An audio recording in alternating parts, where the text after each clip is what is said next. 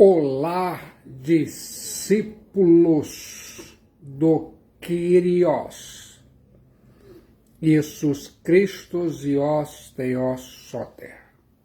Bem-vindos e bem-vindas à Igreja Batista Memorial da Ilha do Governador, uma igreja online e lar para você se conectar e aprender mais da Palavra de Deus, a Bíblia.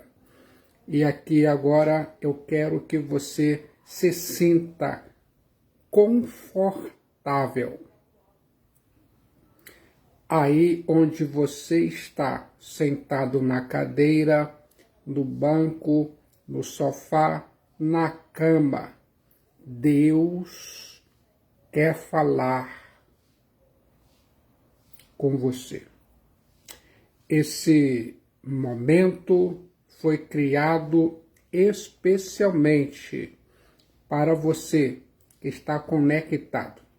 Eu vou aqui agora, com muito entusiasmo, compartilhar a você a mais nova série de mensagens bíblicas na carta que escreveu o apóstolo Paulo a Titos.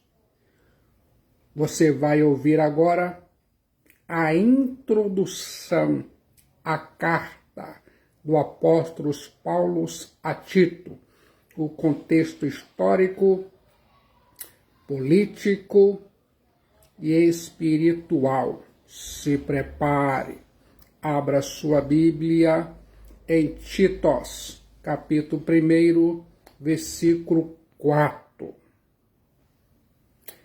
A Titos, verdadeiro tecnon, filho, segundo a fé comum, graça e paz da parte de Theos, Pai, e de Christos Jesus, nosso Soter, Salvador. Coloque a palavra de Deus, a Bíblia, em sua mente. Eu fico imaginando. Essa é uma das cartas pastorais escritas pelo apóstolo Paulo. É a mais breve delas. As cartas pastorais são orientações práticas do veterano apóstolo aos seus filhos na fé, Timóteo e Titos, ensinando-lhes a maneira certa de agirem à frente da Igreja de Deus, como representantes do apóstolos e pastores do rebanho. A ênfase dessa carta do apóstolo Paulo a Titos é a doutrina e o dever, nas três esferas que atuamos: a igreja, a família e o mundo. Nesses três estágios da instrução, a igreja, a família e o mundo, é vital preservar a descontinuidade entre o apóstolo Paulo de um lado e Timóteo, Titos, os pastores e as igrejas de outro. Quero que você fique atento na carta do apóstolo Paulo a Titos. A verdadeira sucessão apostólica é uma continuidade, não de autoridade, mas de doutrina, isto é, o ensino dos apóstolos sendo passado de geração a geração. E o que faz que essa sucessão doutrinária seja possível é que o ensino dos apóstolos foi escrito e deixado para nós no Novo Testamento. A Bíblia diz, eu acredito, João Calvino faz uma importante esclarecedora distinção entre os apóstolos e seus sucessores, quando diz que os primeiros eram fiéis e genuínos autores iluminados pelo Espírito Santo, e seus escritores e seus escritos devem ser, portanto, considerados oráculo de Deus, mas a única função dos demais é ensinar o que foi fornecido e selado nas Escrituras Sagradas pelo Espírito Santo. O termo cartas pastorais, usado para se referir a essas cartas endereçadas a Timóteo e Tito, data da primeira parte do século XVIII. O termo pastorais não é adequado, uma vez que Timóteo e Titos não eram pastores de igrejas locais, mas encarregados do apóstolo Paulo para missões especiais nas igrejas.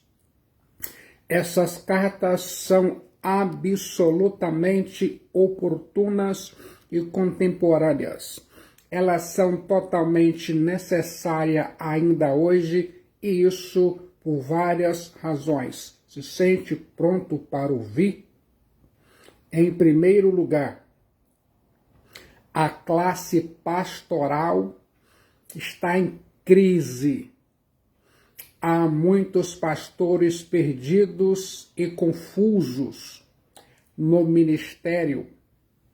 Alguns estão cansados da obra e na obra, Gálatas 6:9, enquanto outros vivem na indolência sem se afadigar. Na palavra de Deus, a Bíblia, sem vigiar o rebanho dos aleivosos perigos, sem apacentar com conhecimento bíblico e inteligência espiritual, o povo de Deus, a igreja. A crise espiritual da igreja reflete a crise espiritual de seus líderes. A igreja é um reflexo de sua liderança. Se a vida do líder é a vida da sua liderança, os pecados dos líderes são os mestres do pecado. Liderança é, sobretudo, influência. Um líder nunca é neutro. Ele, o líder, influencia sempre para o bem ou para o mal. Em segundo lugar, muitas igrejas estão em crise. As cartas pastorais trazem princípios práticos que orientam a igreja acerca do modo correto de proceder diante dos perigos externos e dos conflitos internos. Muitas igrejas são assediadas por falsos mestres e assaltadas por falsas doutrinas. Outras igrejas têm suas energias drenadas em intérminos conflitos internos, calúnias, murmurações, dissensões, brigas, que tiram o foco da igreja de sua verdadeira missão, que é adorar a Deus e fazer a boa obra de Deus.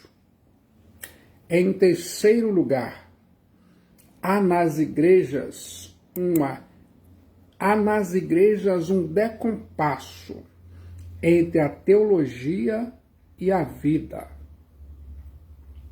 A Igreja de Deus precisa ser zelosa da doutrina e pela vida. O apóstolo Paulo escreveu a Timóteo dizendo: tem cuidado de ti mesmo e da doutrina. 1 Timóteo 4,16. A igreja em Éfeso era zelosa da doutrina e descuidada no amor. Apocalipse capítulo 2, versículo 2 a 4. A igreja de Tiatira era zelosa quanto ao amor, mas desatenta quanto à doutrina.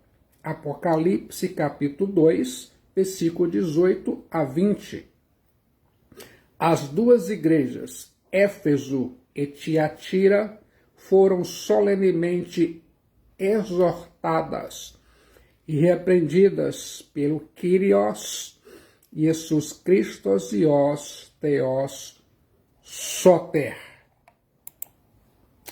Você precisa subscrever a ortodoxia sem deixar de lado a ortopraxia.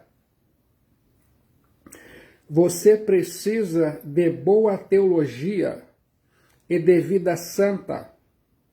A carta do apóstolo Paulo a Titos enfatiza tanto a sã doutrina quanto a prática da piedade e das boas obras.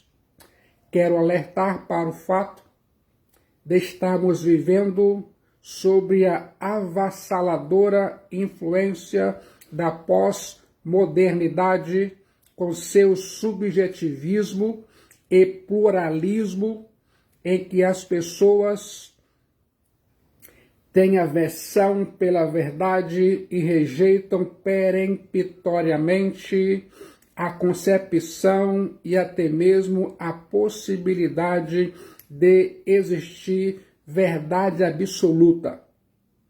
Nesse contexto de relativismo doutrinário e moral, é maravilhoso entender que o apóstolo Paulo ordena a Timóteo e a Titos nada menos que 10 vezes para ensinar às igrejas a sã doutrina, ou seja, a verdade absoluta. Guarde isso em sua mente. Em quarto lugar, as heresias sempre se vestem de nova roupagem para se infiltrar na igreja. As igrejas do primeiro século já estavam ameaçadas desde o seu nascimento pelo fermento da heresia.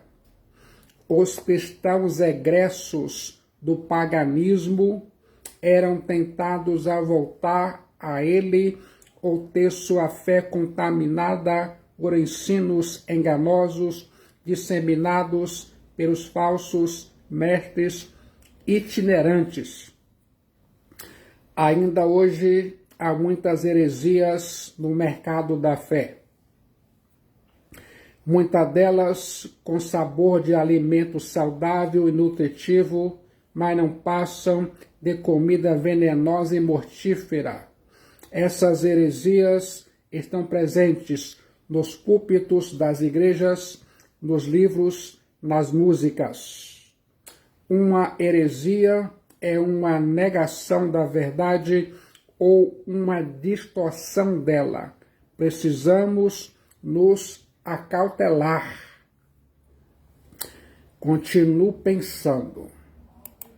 Em quinto lugar, a maneira errada de lidar com as pessoas dentro da igreja é a causa de muitas feridas.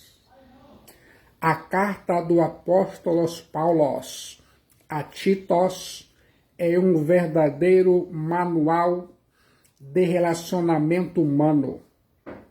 mostra como os líderes devem lidar com as pessoas mais jovens, mais velhas e as pessoas da sua idade.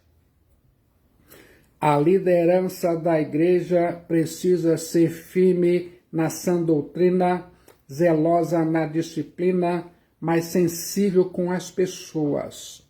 Se não vivemos em harmonia internamente, não teremos autoridade para pregar a palavra de Deus externamente. Guarde isso em sua mente. Vou considerar aqui agora, para você que está conectado, alguns aspectos introdutórios dessa preciosa carta do apóstolo Paulo a Titos. Ouça agora o remetente da carta. É consenso universal que o autor dessa carta a Titos é o apóstolo Paulo. As evidências são tanto internas quanto externas. Os pais da igreja, como Clemente de Roma, Inácio de Antioquia e Policarpo, os reformadores e todos os fiéis expositores da palavra de Deus deram apoio unânime à autoria paulina, o cânon moratório que lista os livros do Novo Testamento atribui os 3 livros a Paulo. A única exceção a esse testemunho positivo nos primeiros séculos ocorre com Marcion, que foi excomungado como herege em 144 d.C.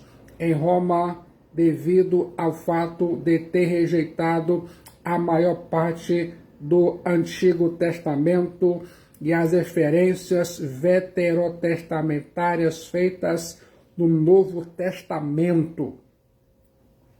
Foi apenas no século XIX que a escola liberal lançou dúvidas sobre esse fato até então incontroverso. Os representantes desse liberalismo do século XIX, como Friedrich Schleiermacher, rejeitaram 1 Timóteo em 1807 e F.C. Baur rejeitou as 3 cartas pastorais em 1835. As críticas levantadas contra a autoria paulina das epístolas pastorais com respeito aos aspectos históricos, linguísticos, teológicos e éticos, entremente são frágeis e não oferecem provas suficientes para permanecerem em pé. Viu só? Você vai ouvir agora o destinatário da carta. Essa carta foi enviada a Titos e às igrejas dos cretenses. João Calvino é da opinião que essa epístola foi tanto uma missiva individual do apóstolo Paulo a Titos, quanto uma epístola aos cretenses. Embora essa carta seja pastoral, não é puramente pessoal, mas uma missiva oficial dirigida a um representante do apóstolo Paulo com o fim de fazer chegar por meio dele uma mensagem a toda a igreja. Guarde isso em sua mente. O livro de Atos dos Apóstolos não faz nenhuma menção a Titos. Timóteo, entretanto, tem papel proeminente no livro de Atos, assim como em todas as cartas do apóstolo Paulo exceto Gálatas, Efésio e Titos. Porém, Titos é mencionado uma vez em Gálatas, 9 vezes em 2 Coríntios, uma vez em 2 Timóteo e novamente na carta que leva o seu nome. Titos esteve com apóstolos Paulo em Jerusalém, Éfeso, Macedônia, Creta, Nicópolis e Roma. Quer saber quem foi Titos? Esse é um momento muito importante. Em primeiro lugar, Titos foi o gentio convertido a Jesus Cristo.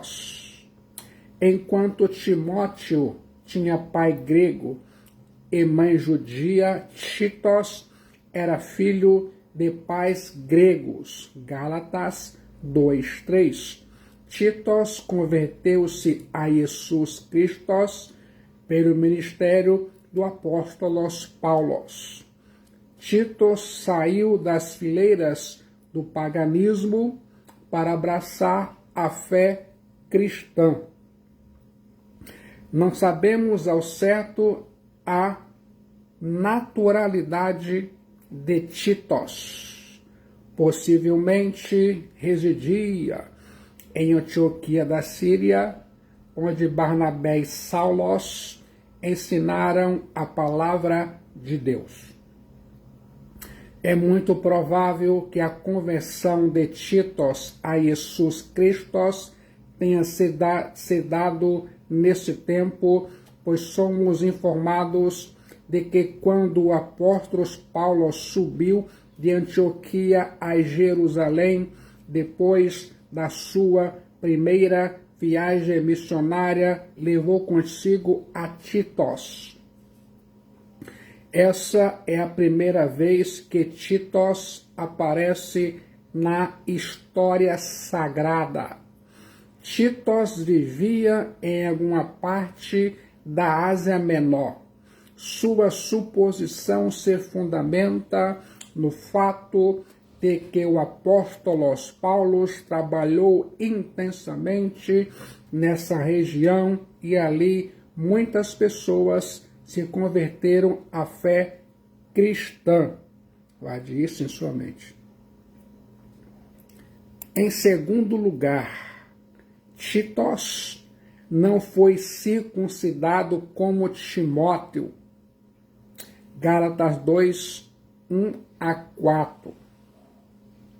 Titos foi com Paulo a Jerusalém quando do concílio convocado pelos apóstolos e presbíteros para resolver a questão da aceitação dos gentios na comunidade da fé cristã.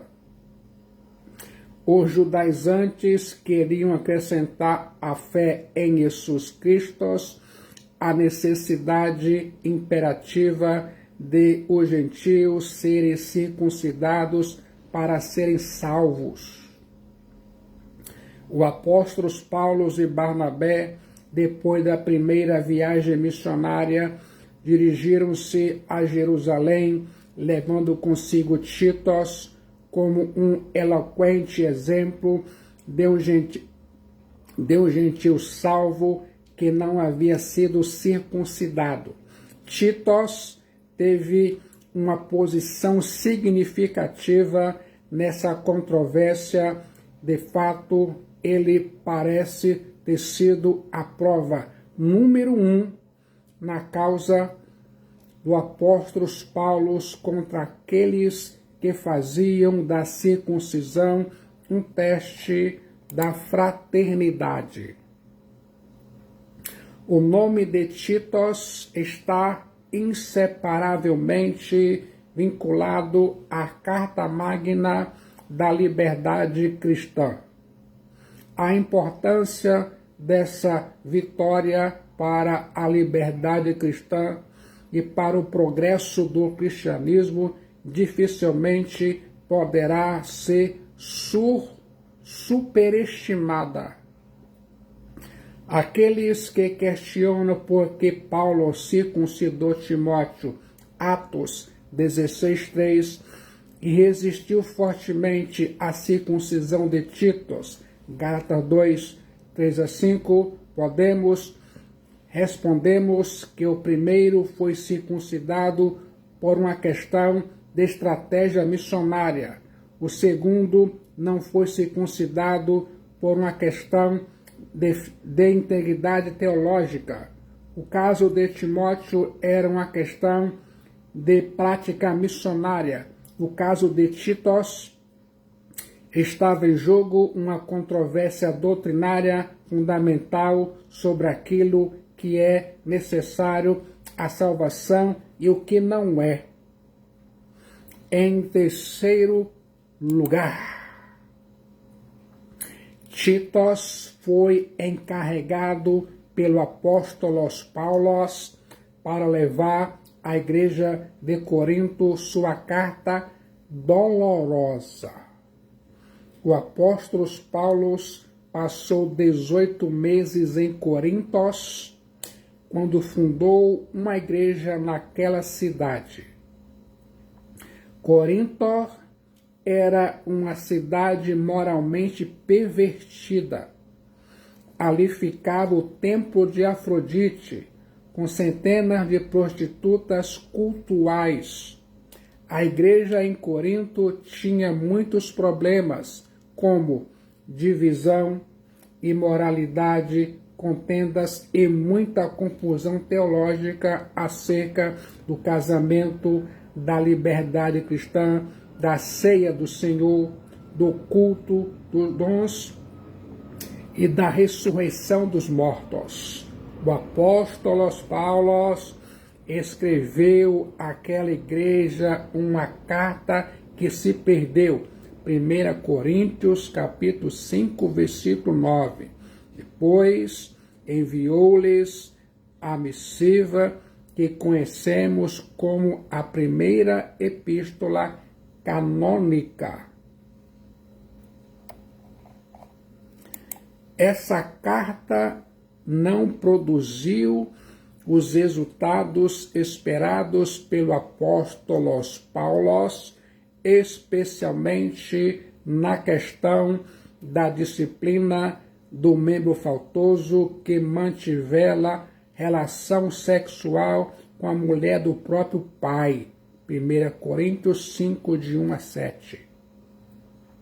O apóstolo Paulo, então, fez uma visita à igreja, mas a situação tornou-se ainda mais hostil. 2 Coríntios 2, de 1-4. O apóstolo Paulo deixou a cidade e escreveu de Éfeso uma carta pesada e dolorosa e a enviou à igreja por intermédio de Titos. Este não foi apenas o portador da carta, mas um instrumento de Deus para resolver os problemas da disciplina do membro faltoso, estabelecendo a ordem e a pureza da igreja. 2 Coríntios 2:12. O apóstolo Paulo saiu de Corinto, mas a igreja em Corinto não saiu do coração do apóstolo Paulo. Mesmo tendo Deus aberto uma porta para a pregação do evangelho em Troade, o apóstolo Paulo não permaneceu na cidade e partiu para a Macedônia. Tamanha era sua ansiedade de estar com Titos e receber notícias da igreja em Corinto. 2 Coríntios, capítulo 2, versículo 12 e 13. O apóstolo Paulo não teve alívio em seu coração enquanto não se encontrou com Titos na Macedônia para saber as notícias da igreja de Corinto. 2 Coríntios 7, 5 e 6. Os resultados da visita de Titos e da dolorosa carta de Paulo à igreja surtiram um efeito grandioso, pois os crentes de Corinto corrigiram o faltoso e reafirmaram o amor por Paulo, seu pai espiritual. 1 Coríntios 4,15. Ouça agora em quarto lugar. Titos foi encarregado pelo apóstolo Paulo para levar à igreja de Corinto a segunda carta e completar entre os crentes a graça da contribuição. 2 Coríntios capítulo 8, versículo 6. O apóstolo Paulo tinha assumido um compromisso com Jacobos, Petros e João, de que em seu trabalho missionário entre os gentios não se esqueceria dos pobres. Gálatas 2,10. A igreja em Corinto dera sinais otimistas de que abraçaria com fervor o projeto de levantamento de ofertas para os crentes pobres da Judéia. Porém, com a saída do apóstolo Paulo de Corinto, embora a igreja tivesse alcançado progresso em outras áreas espirituais, estava muito acomodada nesse campo de contribuição. Foi então que o apóstolo Paulo enviou Titos, agora da Macedônia, novamente à igreja, para que eles passassem do estágio do desejo da contribuição para a prática efetiva. Guarde isso em sua mente. Em quinto lugar, Titos é companheiro e cooperador do apóstolo Paulo, homem digno de honra na igreja de Deus. Titos não é apenas um filho tecnon do apóstolo Paulo, mas seu companheiro e cooperador.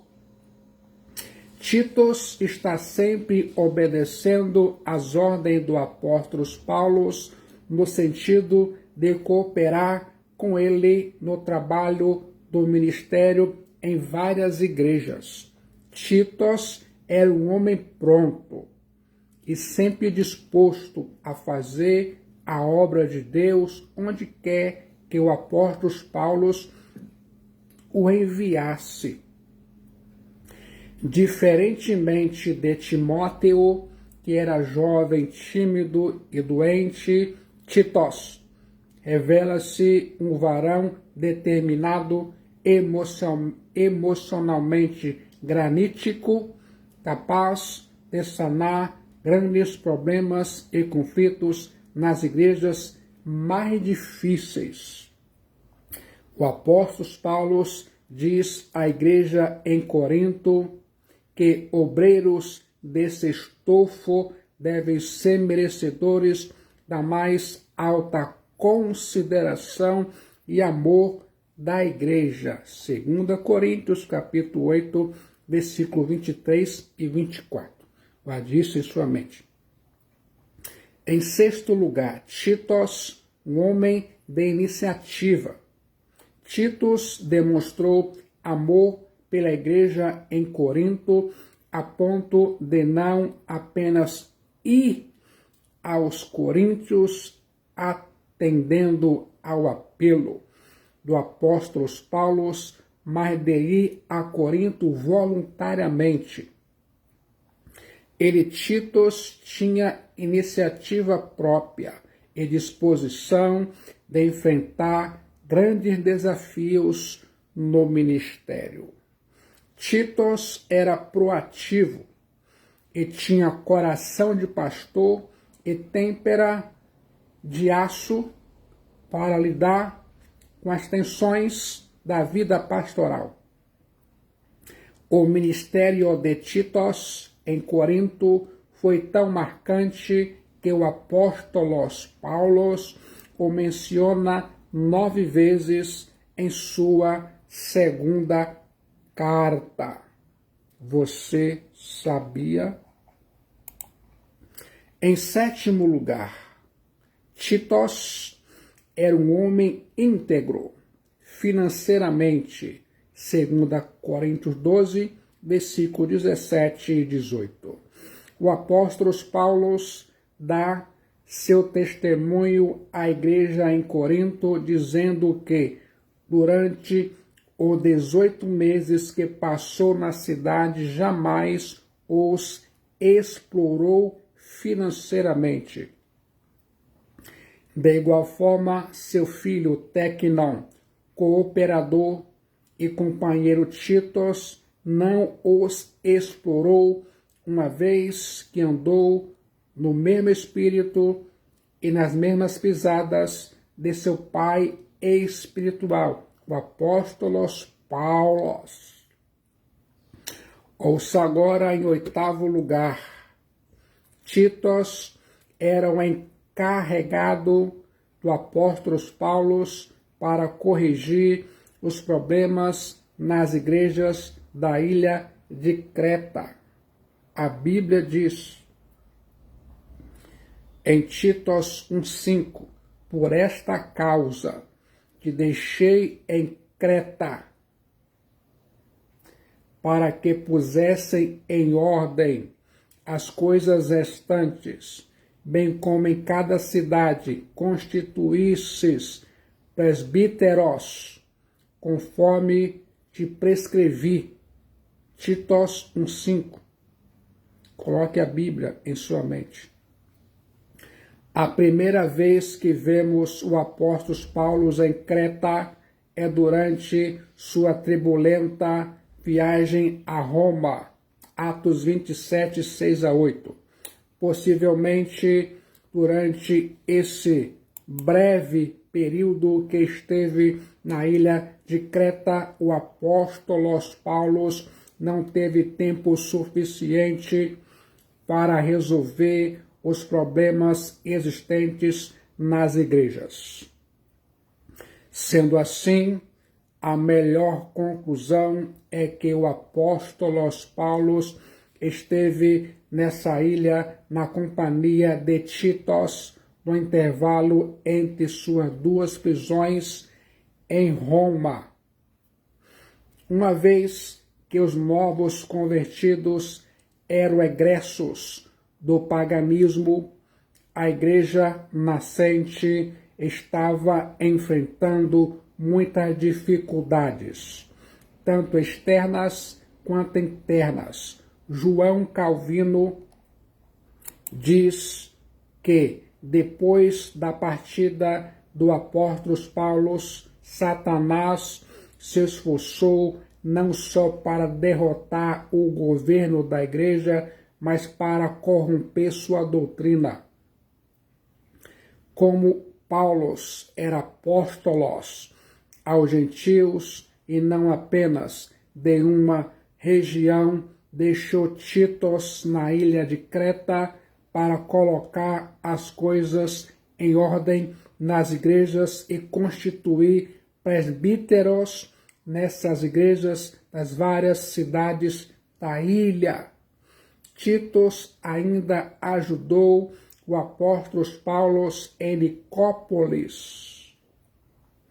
Tito 3,12, situada na costa oriental do mar Jônico, quando te enviar Ártemas o Tíquico, apressa-te a vir até Nicópolis, ao meu encontro.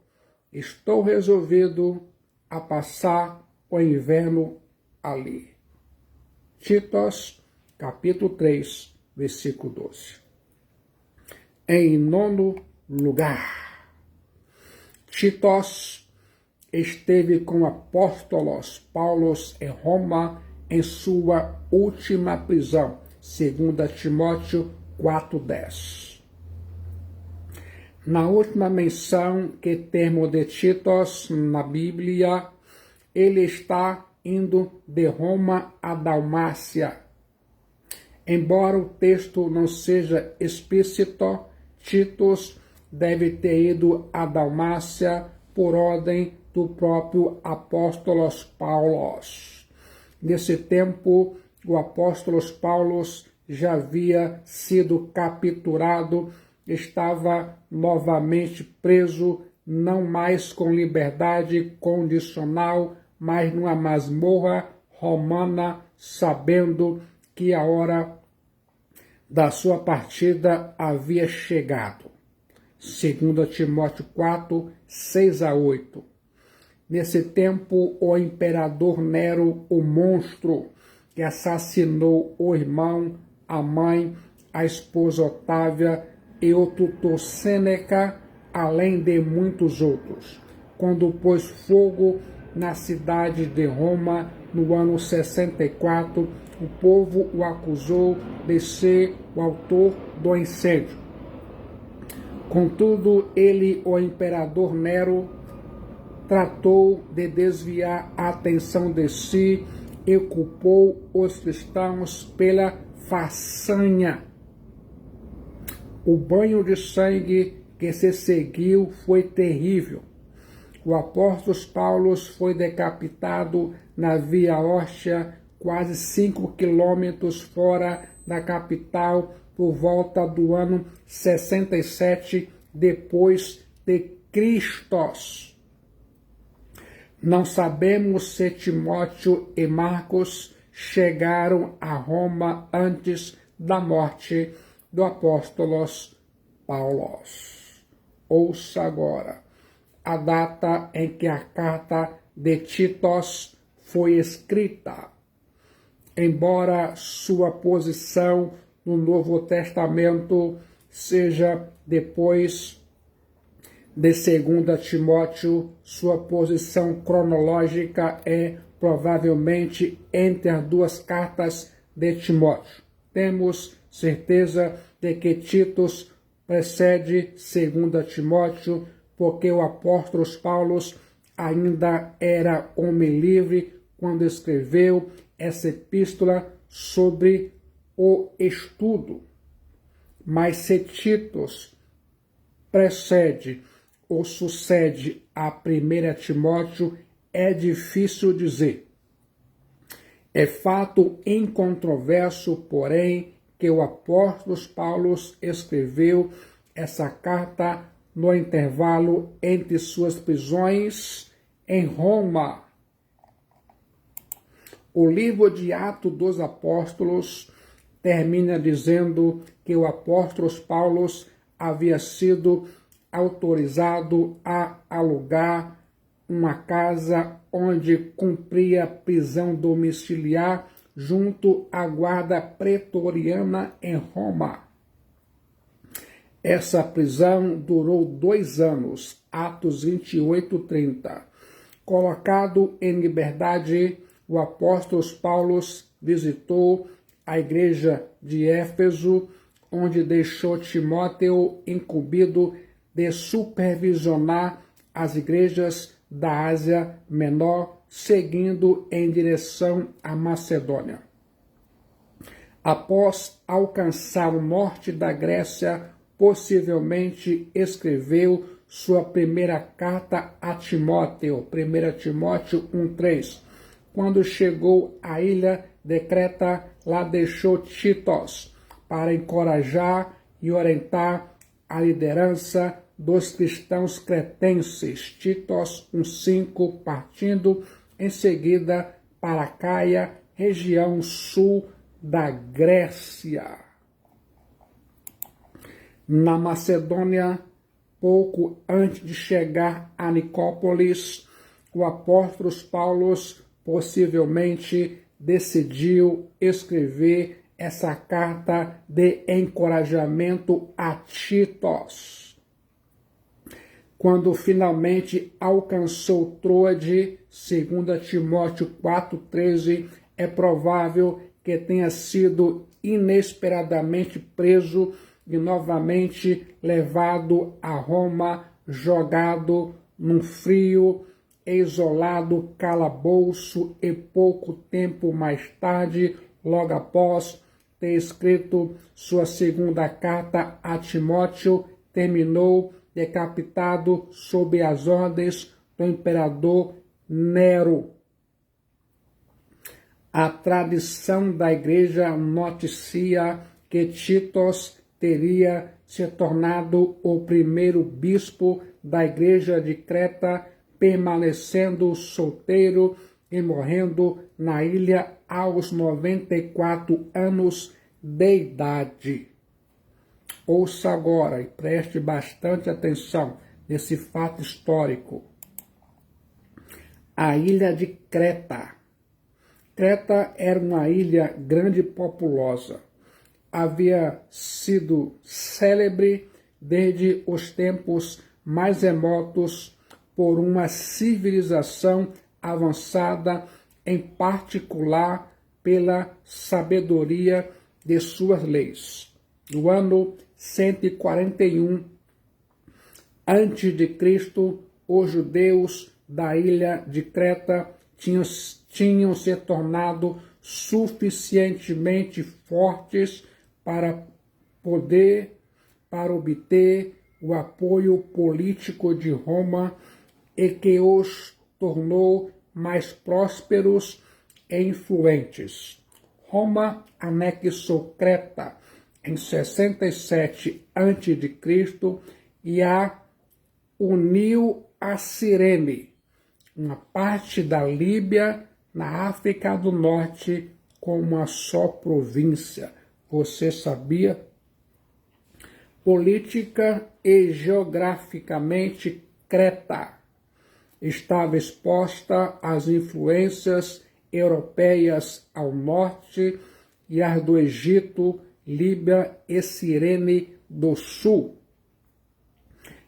Creta se achava situada em um ponto favorável. Era a maior de uma cadeia de ilhas que serviam como uma série conveniente de trampolins para o tráfico que se fazia entre a Grécia e a Ásia Menor. Seus pontos eram muito importantes para que os navios que atravessavam o Mediterrâneo, especialmente no mau tempo. A ilha de Creta, de 260 quilômetros de comprimento, além de ser conhecida na Antiguidade, foi mencionada no Novo Testamento, bem como no Antigo Testamento, como terra dos filisteus, de nome Cafitor. Creta situava-se em um ponto de cruzamento entre a Ásia, a África e a Europa. A palavra sincretismo vem dos cretenses. Em Creta, cada uma das numerosas cidades queria ser a mais autônoma possível em relação às demais. Somente quando estava em jogo a defesa contra um inimigo comum, os cretenses, que preferiam a independência, se uniam, tornando-se assim sincretismos. Nessa ilha de Creta confluía toda sorte de cultos, religiões, filosofias e linhas de pensamento. A ilha de Creta, que ocupava uma posição privilegiada no centro do Mediterrâneo, havia alcançado na antiguidade uma civilização brilhante, mas por alguma razão essa civilização entrou em declínio. Titos 1, 12, 13. E no reinado de Augustos, os habitantes de Creta eram bárbaros e toscos, e vistos com aversão e até desprezo. Nessa época, a igreja era uma ilha de cristianismo cercada por um mar de paganismo. As mais perigosas heresias a ameaçavam por todos os lados. As pessoas que a formavam estavam a um passo de sua origem e antecedentes pagãos. Você sabia? Fique atento. Como o Evangelho é para todos os povos, judeus e gregos, bárbaros e estudiosos, o apóstolo Paulo, ao sair da sua primeira prisão em Roma, retornou à ilha de Creta acompanhado de Titos para consolidar aquele trabalho ainda incipiente. Pense mentalmente, antes de partir para outras paragens, o apóstolo Paulo deixou ali, na ilha de Creta, Titos, seu filho na fé, companheiro e cooperador, para colocar em ordem as coisas restantes e nomear presbíteros nas igrejas. Algum tempo depois de sua saída de Creta, o apóstolo Paulo escreveu essa carta a Titos, com vários princípios pastorais que deveriam ser observados nas igrejas contemporâneas. Os estudiosos não têm informações seguras acerca do tempo exato em que o Evangelho foi anunciado pela primeira vez na ilha de Creta, nem de que foram os pioneiros dessa evangelização. Os judeus cretenses tinham laços com os judeus de Jerusalém. Por isso, no dia de Pentecostes, registrado no livro de Atos dos Apóstolos, havia judeus piedosos de Creta que tinham ouvido o evangelho de Jesus Cristo os Theosote e testemunharam o estabelecimento da igreja. Atos 2, versículo 10 e versículo 11. A conversão de algum desses homens e seu retorno subsequente à ilha de Creta foram provavelmente o começo das igrejas com as quais o apóstolo Paulo e Titos trabalhavam mais tarde.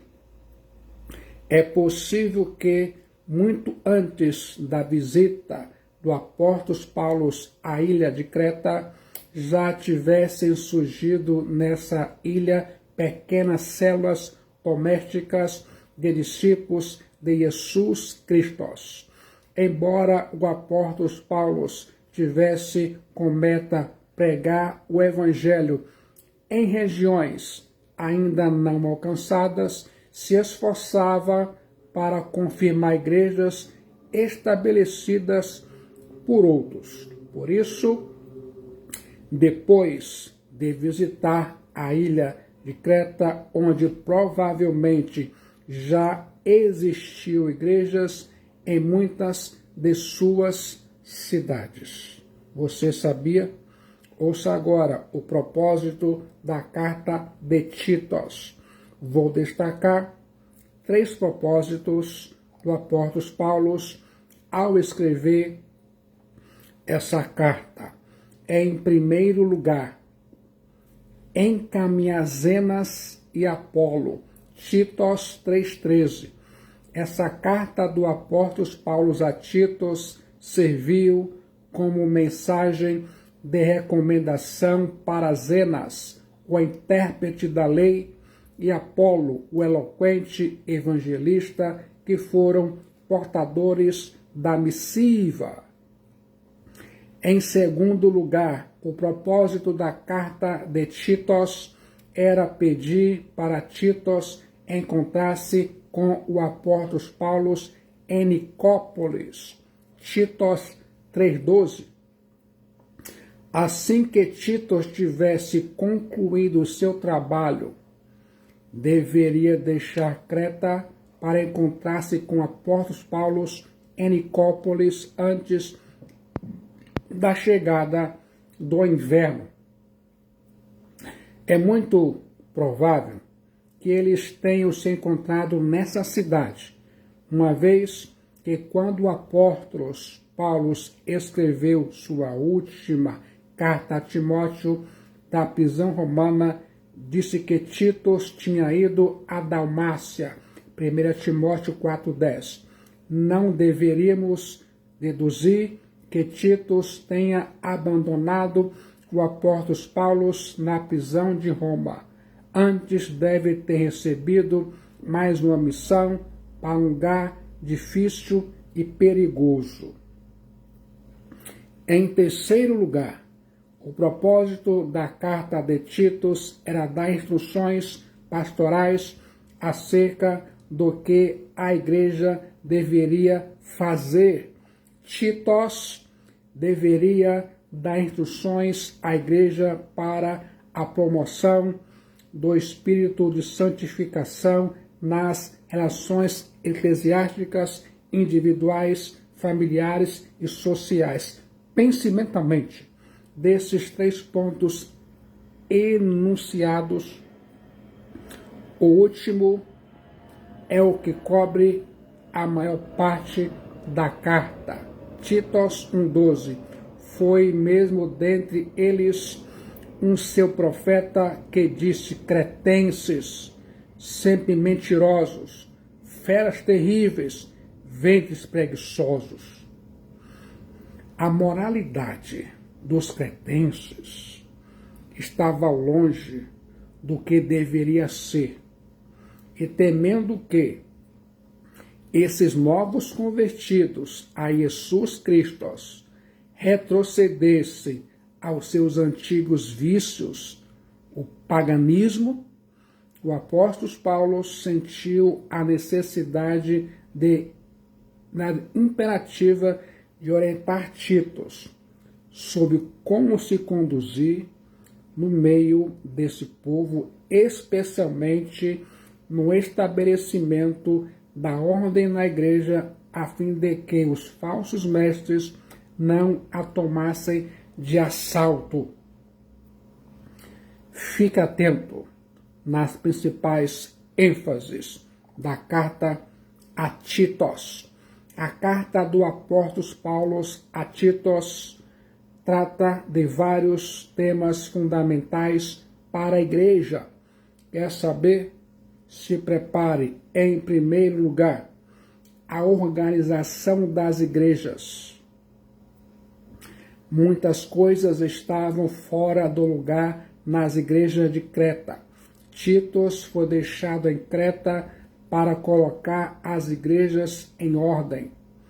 Essas coisas incluíam o ensino da sã doutrina, a aplicação da disciplina, o combate aos falsos mestres e a instrução da sã doutrina aos cristãos. Em segundo lugar, a liderança nas igrejas. O apóstolo Paulo tinha uma solene preocupação com o governo da igreja. Uma igreja bíblica precisa ter líderes sãos na fé e na conduta. O apóstolo Paulo deixa claro que o objetivo supremo do governo da igreja é a preservação da verdade revelada. O apóstolo Paulo ainda afirma que o conhecimento da verdade desemboca numa vida piedosa. Os hereges, tanto do gnosticismo incipiente quanto do judaísmo, enfatizavam um conhecimento que não produzia piedade. A doutrina não pode estar separada da vida. A verdadeira doutrina produz vida santa, e vida santa é o resultado da verdadeira doutrina. Uma não existe sem a outra. Uma é causa, a outra consequência. Em terceiro lugar, o combate aos falsos mestres e às falsas doutrinas. Títulos 1, 10 a 16. A liderança da igreja precisa vigiar para que os lobos que estão do lado de fora não entrem, nem os lobos vestidos de pele de ovelhas, disfarçados dentro da igreja, arrastem após si os discípulos. Esses falsos mestres podiam ser identificados por intelectualismo especulativo, espírito de exclusividade, ascetismo, licenciosidade, ganância, mitos e fábulas, e legalismo judeu que exigia a circuncisão e promovia fábulas judaicas e mandamentos de homens. Vou mencionar aqui agora para você que está conectado 4 características desses falsos mestres. Primeiro, quanto ao seu caráter. Eram insubordinados, enganadores e faladores. Segundo, quanto às suas motivações, eram gananciosos. Terceiro, quanto ao seu ensino, eram apegados a tradições judaicas e lendas, exigindo a abstinência de alimentos. Quarto, quanto às suas pretensões, professavam ser verdadeiros mestres do Evangelho, mas sua vida pecaminosa desmentia a sua profissão de fé. Ouça agora, em quarto lugar, o ensino da sã doutrina. Títulos 2:1. A igreja não deveria ficar apenas na defensiva, combatendo os falsos mestres, mas deveria, sobretudo, engajar-se no ensino da sã doutrina. Essa palavra sã é um termo médico, indica a doutrina que está livre de corrupção e enfermidade. É evidente que a falsa doutrina e o falso ensino ameaçam a igreja cretense. Em quinto lugar, a promoção da ética cristã. Títulos 2, 2 a 10. O apóstolo Paulo dá orientações claras para os líderes e para os liderados. As prescrições apostólicas contemplam os idosos, os recém-casados, os jovens e os servos. Não é suficiente ter doutrina em si, é preciso ter vida santa. A doutrina precisa converter-se em vida. Quanto mais você conhece a verdade, tanto mais deveria viver em santidade.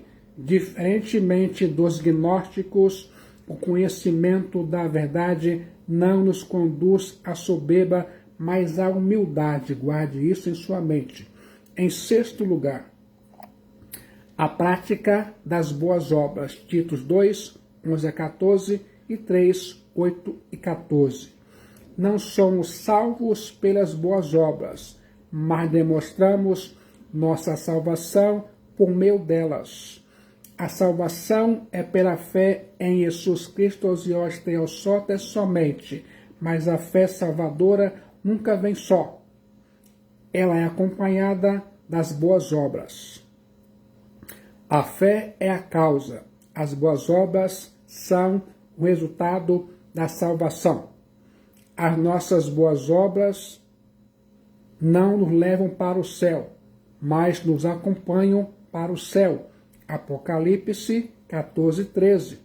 Em sétimo lugar, a submissão às autoridades. Títulos 3, 1 a 11. A igreja de Deus é um lugar de ordem e não de anarquia. A igreja de Deus é um lugar de obediência e não de insubmissão. Insurgir-se contra as autoridades instituídas por Deus é desafiar o próprio Deus que as instituiu.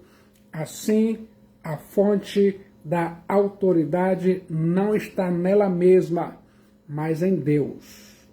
Resistir à autoridade é resistir a Deus.